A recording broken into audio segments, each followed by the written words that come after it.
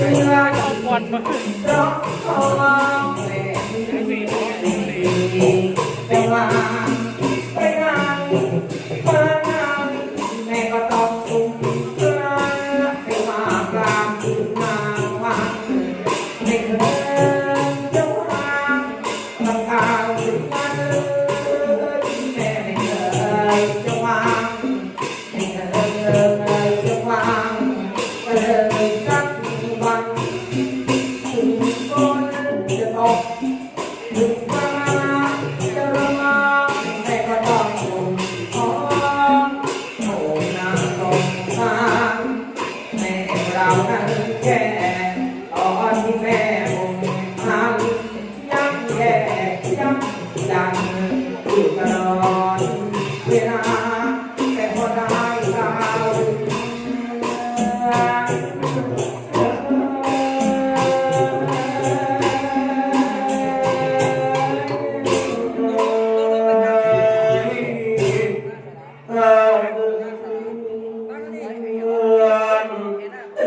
แม่ปวดท้องเตือนบ่อยแม่ปวดท้องปวดทีแม่ปวดร่างกายปวดใจปวดดีแม่ปวดทุกเต็มที่แทบจะมองเธ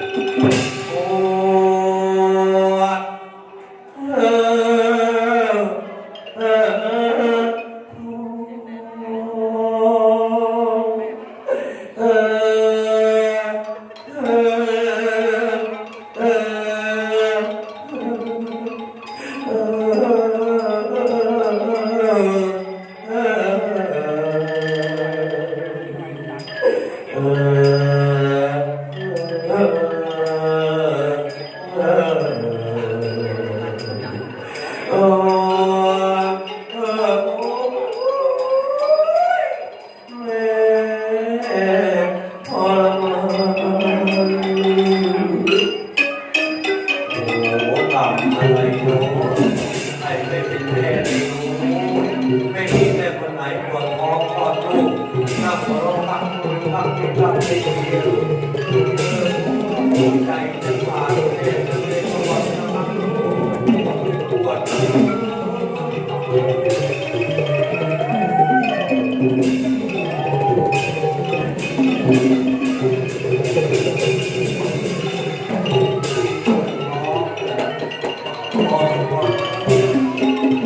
ก็เปิดดีทุกวันท่านแม่ได้รับเกียรติไหนแม่ลองตาเดียวแม่จะชื่นใจสุดแล้วจะท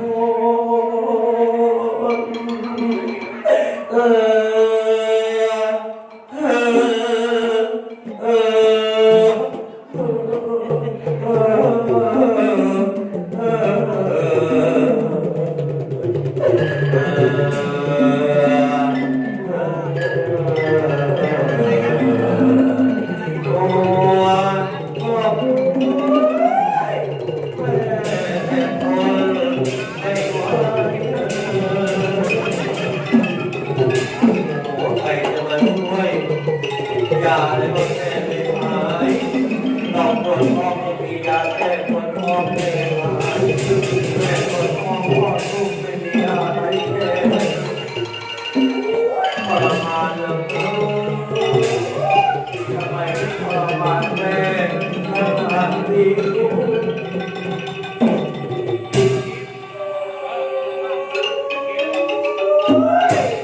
ช่วยหน่อยเลยลูกแม่จะ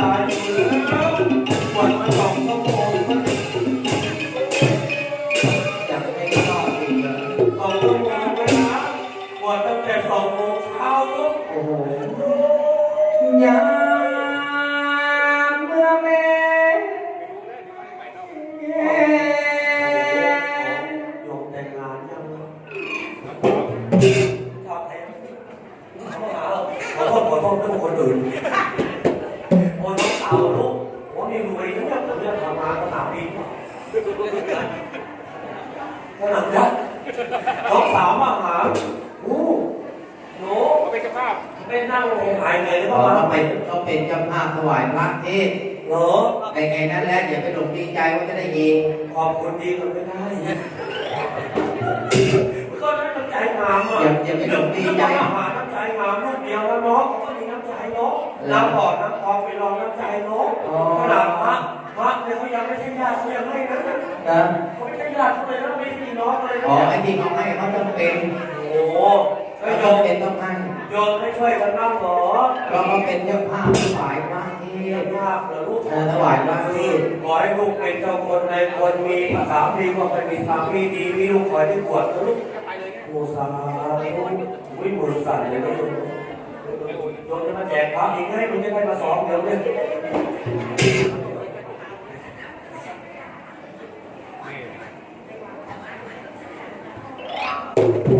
เอาให้เลยมาหาก็มีไว้ในตั้งหา เอาไปใส่ขันที่อุทุมพรไปทำที่ขันกันเทศนะที่อุทุมพร โยมไม่ใหญ่จะไปไหนจ๊ะเอามาใส่ของปากกระบะมาใส่ย่างนี่แน่นอนกว่าการถวายพระเทศอาจารย์ทุกทีก็ใส่ขันเนาะใส่ขันมาแล้วใส่ย่างก่อนให้ โจ ขอบคุณมากขนาดเขาเดินไม่ไหวจะมาคนที่เดินแข็งแรงมากไม่มีใครช่วยน้องบ้านเราเลยน้องขอบคุณแม่คุณน้อง